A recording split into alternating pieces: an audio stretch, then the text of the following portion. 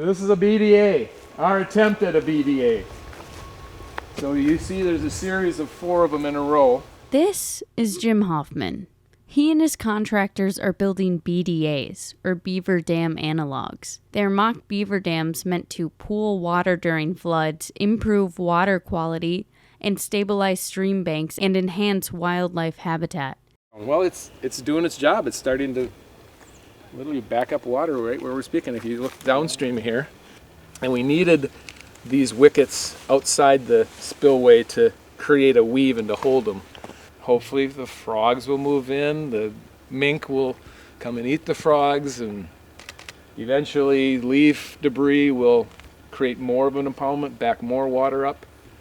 So as part of the permitting process for a small dam structure, I'm supposed to post a portage route. Even though after asking the question, do I need to sign a portage route, the DNR realized it was kind of silly. Yeah. So they waived that requirement, but they reserved the right to reinstate it. So just to beat them to the punch, I'm going to create a couple of signs on either side of these, Beaver portage route this way. Our next step is to establish the spillway height.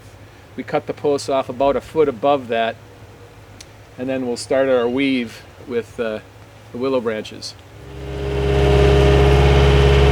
Since learning of the importance of the hydraulic engineering rodent, Hoffman seems to have one thing on his mind. Is your family still living in the area?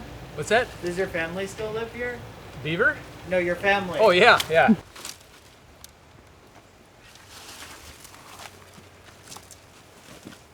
There's been a common misperception of beaver dams warm the water and it's bad for trout. Mm-hmm. I like to counter and say beavers and trout coexisted for millennia. Mm-hmm. And I believe that part of the trapping, back in 1700s, wiped them out in this area. Mm-hmm. We actually have some old beaver dams that we can see that kind of meander through the woods with large trees growing through them.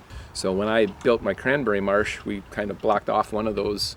Constructing the dams is not a problem for Jim Hoffman, whose family has been in the construction industry for over 70 years. His largest hurdle was securing permits from the DNR to build the mock beaver dams, a process he hopes will become cheaper and more streamlined. DNR does not have permits that are designed for beaver dam analogs.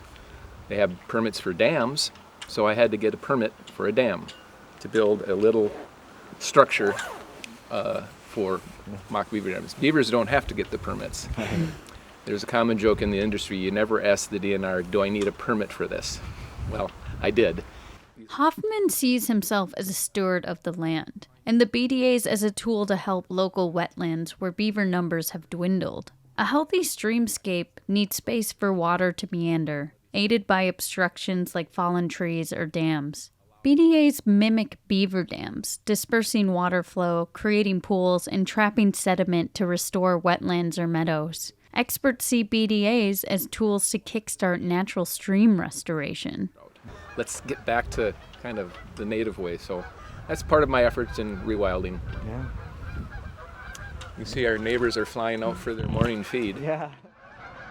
Wisconsin Watch met up with Jim Hoffman on his piece of land in Alma Center, Wisconsin. He calls it Goose Landing, making a comparison to the business of naming developed areas after the inhabitants that once lived there.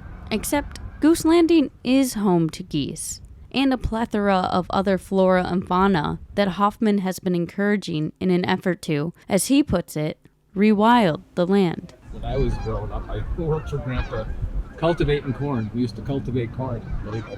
Drive the tractor down the rows and get rid of the weeds. Yeah. Boring work.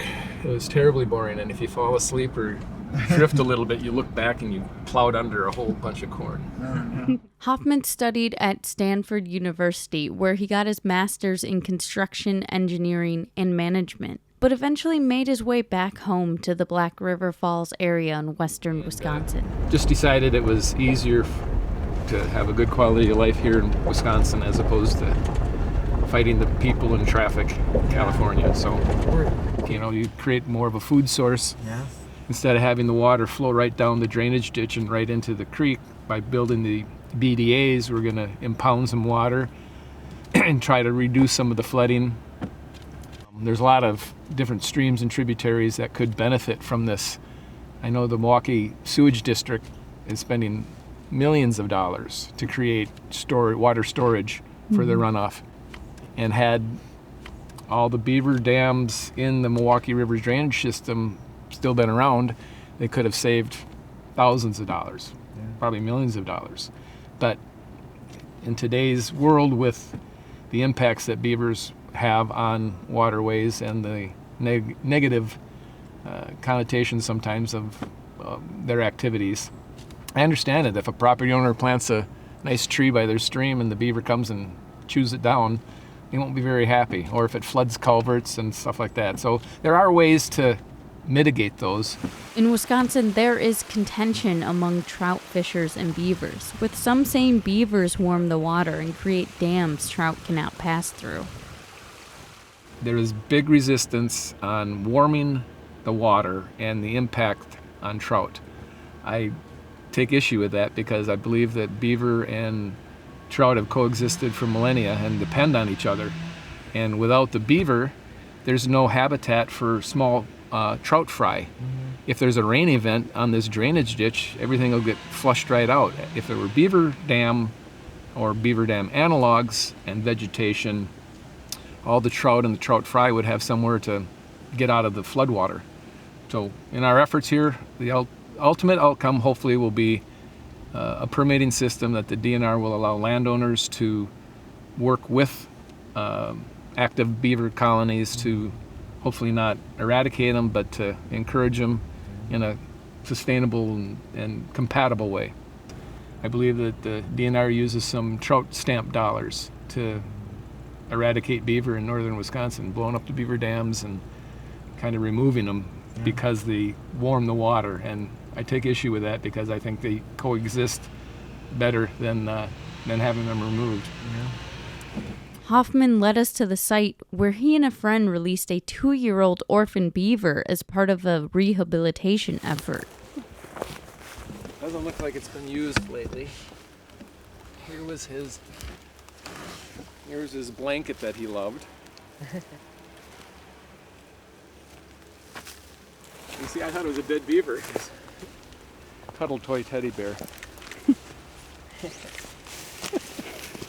Didn't come back though. I thought we did a good job of building a beaver lodge. First thing he did was swim away and left. Similar feature on the other side of the stream. Hoffman reflects on what he imagines was a beaver dam on the property that could be hundreds of years old. And you can see an area upstream of this where it looks like there's a lot of material missing. It's probably all been transported up here. Yeah. But once they were trapped out, come on this way and you can see a little better detail. I'm hoping the beavers come back here and say, well, we almost got a dam built. Right. It would flood a sizable portion. It was 1491 too. It was, what was it like before? And it was the American Serengeti almost. I'm just wondering what this country was like. I'm picturing a lot of pine, in this area, and I'm sure there was a lot of activity, like I said, with Silver Mound. Hoffman understands both the good and the inconvenient impact when it comes to beavers. To him, it's a balancing act. Well, we're not living in the frontier days anymore. We've got human impact everywhere. We got to find a way to balance the different needs of each species, us included. So with the highway department, they need a way to keep the roads open. Farmers, if they plug off a waterway, they need a way to either remove them or minimize that impact. And like I said, it's part of some of the projects that are going on along the Milwaukee River to recreate water storage during flood events, which is like a beaver dam. Things that we do in everyday life are actually mimicking some of the things that beavers had before we showed up.